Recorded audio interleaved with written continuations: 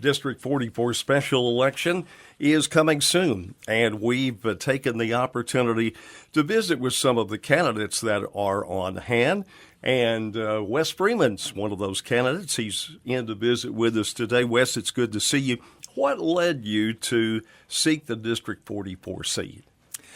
Well, Johnny, the last 6 years I spent quite a bit of time at the Capitol with the Arkansas Realtors Association, looking at and reviewing issues that affect private property rights. And while you're there, you see all these other issues, and you get to see the work that the legislators have done. Now, they put in long hours. They put in a lot of hours. I'm used to that. I was raised where the day's done when the work's done. Mm-hmm. So, I just looked at that, and it just intrigued me that, you get to go and you make a difference for your community.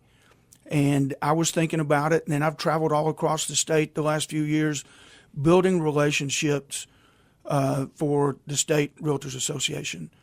And really, politics and a lot of life, a lot of negotiating is relationships. Mm-hmm. And I had someone a couple years ago, they said, man, you're spending a lot of time going across the state. And I told them why I was doing it. And they said, so when are you going to run for public office? And I said, well, I've thought about running for Quorum Court or something. They said, why would you do that? You would be a good fit at the state capitol. And I got to thinking about it. I'm like, you know what? I spend a lot of time up here. I see what they're doing. I've already built relationships with people that will at least listen to what I have to say. So I started looking, and, Stan Berry, I was not looking forward to running against him. So I looked, and his term was going to be up in 28. This next term was going to be his last term. He was going to term out. And it just felt like that was a good opportunity, good time for me to move into that role. And, unfortunately, all that time frame got moved up. So I really do it because I want to make a difference. I grew up here in the River Valley. My parents grew up in the River Valley. My great-grandparents, so I'm deep-rooted here. And one of these days when I'm sitting on my porch and I'm looking back, I want to look at the progress and things that have happened in our community and be able to say, I was a part of that. I helped do that. I know that your experience in a variety of areas, you've been in business, you've been in real estate, you've led a varied life with a lot of experience. How will that help your decision-making as a legislator? Johnny, this is the way I look at that. A lot of people look at state representatives, there's 100 of us, and they look at that as, what's your vote going to be when you go down there? My vote is one thing, but it's the work on the committees. A lot of work is done on committees that when you get to there, let's face it, sometimes the vote's already decided. It's just a matter of casting your vote. So I've spent 25 years negotiating every day for people that make some of the most valuable and largest decisions and investments in their life. And I've been there negotiating that. And that's what this committee work is. It's negotiating. It's getting people to hear your side. And I was taught a long time ago, when you have an issue, you have to be able to see both sides. And see both sides to the point that you can actually make a stance for each side. Now, you've got one side that you believe in, but if you see the other side well enough that you could actually see their argument, see where they're coming from, now you're a whole lot closer to solving that problem and coming to a compromise. I want to remind everyone, May 26th, early voting begins. Primary election June the 2nd in this race, this special race to fill the seat left vacant by the death of Stan Berry in District 44. State income tax, education, so many different areas that the legislative session, which was a fiscal session, recently touched on. What are some of the issues you're hearing from people as you go door to door or go to events? Johnny, I will tell you, it is the state income tax is a big issue. I mean, you talk and people are like, we need to eliminate the state income tax. Okay, and I get that. No one wants to pay any more taxes than they have to, and I want to reduce as much tax as we can. I want to eliminate unnecessary tax. People don't realize, I don't think that everyone realizes how much revenue that state income tax generates for our budget for the state. It's about 43% of the Arkansas revenue for the budget.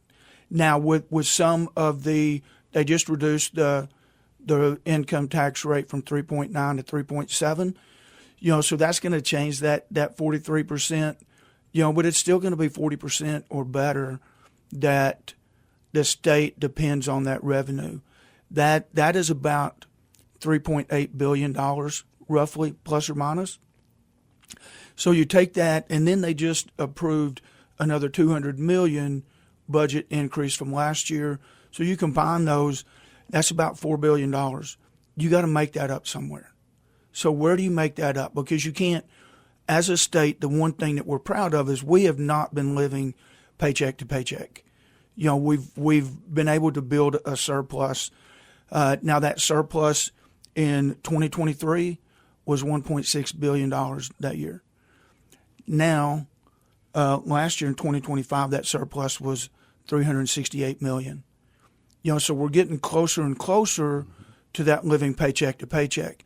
That's not where anyone that runs their household, does their checkbook at home, living paycheck to paycheck is not fun. Now, I think in order to do that, we got to look at the budget and we got to figure out where we can adjust some of our spending. If you're going to adjust your income, you have to adjust your spending. So I think you look at the budget, you figure out where some of this spending can be cut, and that's where you go with that. Now, saying that, personal property taxes, that's another big hot topic. I will tell you this. I looked up, and if my numbers are correct, and I don't think they're off by much, but Pope County revenue from personal property tax was about $65 million last year, of which about $58 million of that went to our public education. If you eliminate personal property taxes, where does that $58 million come from? So we have to figure out how to cut spending and still be able to afford our education. You and I know an uneducated kid grows up to be an uneducated adult or a poorly educated adult, and it makes it harder as an adult. Life is hard enough out there. It makes it even harder when you don't have the education to help you.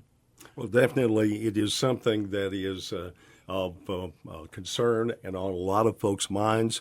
May 26th, the early voting date for the District 44 race, June 2nd, the primary. Before we let you go, I know you want to address the constituents, your constituents, if you're lucky enough to be elected, and ask for their vote. Absolutely. I'm out knocking on doors. I'm going to community events. I'll be at Pickle Fest. There's not a whole lot going on right now for me to be at, but I'm trying to be everywhere I can be. And I will tell you this, everyone that I run into, I ask for their vote. And I ask for their vote, and I want them to get to know me so they know who they're voting for. I am, we talked about the taxes. I want to eliminate as much tax as we can. Sometimes that starts with spending. So let's adjust our spending. Let's cut our taxes. Let's get it back down there where we get more money in our constituents' pockets. And if you're not a constituent in District 44, I promise you know someone that's a constituent in District 44. Encourage them to get out and vote. Encourage them to call me. My number's out there, 479-264-7472. I want to be there. If you call me and you don't get me, call me back. I will get back with you. I want to be transparent with who I am and where I stand. District 44 candidate Wes Freeman.